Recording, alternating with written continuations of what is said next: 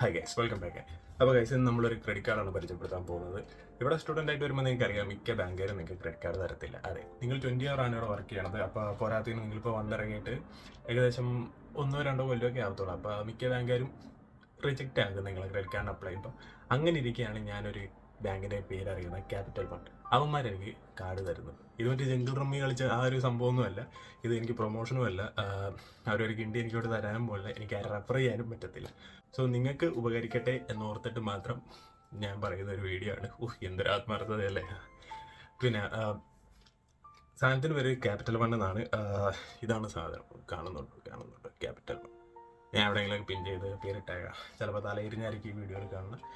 അപ്പോൾ ഈ credit card ഒരെണ്ണം എടുത്ത് വെക്കുക. കാരണം എന്ന് വെച്ചാൽ നിങ്ങൾക്കറിയാം, ഇവിടെ അറിയത്തില്ല എപ്പോഴാണ് ഒരു എമർജൻസി സിറ്റുവേഷൻ വന്നത്. അപ്പോൾ ചിലപ്പോൾ നിങ്ങളുടെ കൂട്ടുകാരോട് എല്ലാവരോടും കടം ചോദിച്ചു കിടക്കും. എനിക്ക് തന്നെ എൻ്റെ ഒരു കൂട്ടുകാരൻ അറിയുന്ന ഒരു സിറ്റുവേഷൻ വന്നു. കാരണം എന്ന് വെച്ചാൽ അവൻ്റെ നാട്ടിൽ അവൻ്റെ അച്ഛനും വയ്യാണ്ട് വന്നപ്പോൾ പെട്ടെന്ന് അവന് പോകണം. പക്ഷെ അവൻ്റെ ഈ ഫണ്ടില്ല ഫ്ലൈറ്റിൻ്റെ ടിക്കറ്റ് ബുക്ക് ചെയ്യാൻ. അത് ചെയ്യുന്നത് വെച്ചാൽ അവൻ എല്ലാ കൂട്ടുകാരോടും 100 കൊണ്ടോ ഉള്ളതായിക്കെന്ന് പറഞ്ഞാണ് ലാസ്റ്റ് തപ്പിക്കൂട്ടി പോയത്.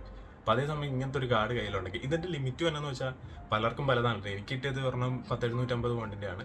എൻ്റെ ഒരു കൂട്ടുകാരന് 1000 പൗണ്ട് കിട്ടി, വേറെ ഒരുത്തൻ 500 പൗണ്ട് കിട്ടി. ഏറ്റവും കുറഞ്ഞാണ് 500 പൗണ്ട്. അതുകൊണ്ട് 4000 പൗണ്ട് വരെ നിങ്ങളുടെ കയ്യിൽ കിട്ടാം. അത് നിങ്ങളുടെ ഒരു ജോബും അവർ ഒന്ന് കാൽക്കുലേറ്റ് ചെയ്തിട്ടൊക്കെ തരത്തുള്ളൂ.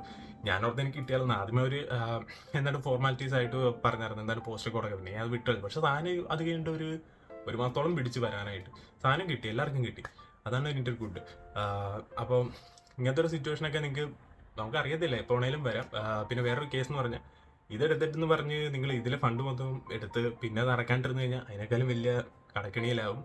എൻ്റെ ക്രെഡിറ്റ് സ്കോറൊക്കെ കുറയും. അങ്ങനത്തെ ഒരു വള്ളിയൊന്നും പിടിക്കരുത്. ഞാൻ പറഞ്ഞ എമർജൻസി സിറ്റുവേഷൻ ജസ്റ്റ് ഒരു ചെറിയ എമൗണ്ടൊക്കെ നിങ്ങൾക്ക് റോൾ ചെയ്യാമെന്നുണ്ടെങ്കിൽ ഇങ്ങനത്തെ ഒരു കാർഡുണ്ടെങ്കിൽ അത്യാവശ്യമായിരിക്കും. കാരണം വെച്ചാൽ ആരുടെ കയ്യും കാലും പിടിക്കാനൊന്നും പോകണ്ട. വളരെ ഉപകാരമാണ്. കാരണം വെച്ചാൽ സ്റ്റുഡൻ്റായിട്ട് സ്റ്റുഡൻറ്റ് പീരീഡിൽ നിൽക്കുമ്പോൾ എന്നാ പറയാനാ, വേറെ ആരെയും കിട്ടില്ല. വീട്ടിൽ നിന്ന് തന്നെ അയക്കാനാണ്, അറിയാലോ എക്സ്ചേഞ്ച് റേറ്റും കാര്യമൊക്കെ. അപ്പോൾ ഇങ്ങനത്തെ ഒരു കാർഡ് കയ്യിൽ വെച്ച് കഴിഞ്ഞാൽ നല്ലതായിരിക്കും, ഉപകരിക്കും. എപ്പോഴാണേലും റിഗ്രറ്റ് ചെയ്യത്തില്ല. അതാണ് അതിൻ്റെ ഒരു മെയിൻ ഗുഡ്നസ്. ഇതൊന്നും നിങ്ങളോട് പറയണമെന്ന് തോന്നി. ഞാൻ ആ സമയത്ത് എനിക്ക് ഇതൊന്നും ആരും പറഞ്ഞു തന്നില്ല. ഇതൊക്കെ ഞാൻ പയ്യെ അവിടെ നിന്നൊക്കെ കേട്ടറിയണ കുറേ അറിവുകളാണ്. അങ്ങനെ ഞാനിപ്പോൾ എടുത്തു. അതിപ്പോൾ നിങ്ങളോട് ഷെയർ ചെയ്യുന്നു. അത്ര തന്നെയുള്ളൂ നമ്മൾ ഇന്നത്തെ വീഡിയോ. ചെറിയൊരു വീഡിയോ ആണ്. ഇതിൻ്റെ ഒരു ഇൻഫോർമേറ്റീവായിട്ട് തോന്നി, അതാണ് ഞാനിപ്പോൾ വീഡിയോ എടുത്തത്. അപ്പോൾ മറ്റെന്തെങ്കിലുമൊക്കെ ഉണ്ടെങ്കിൽ ഞാൻ അടുത്ത വീഡിയോ ആയിട്ട് വരാം. ബൈ.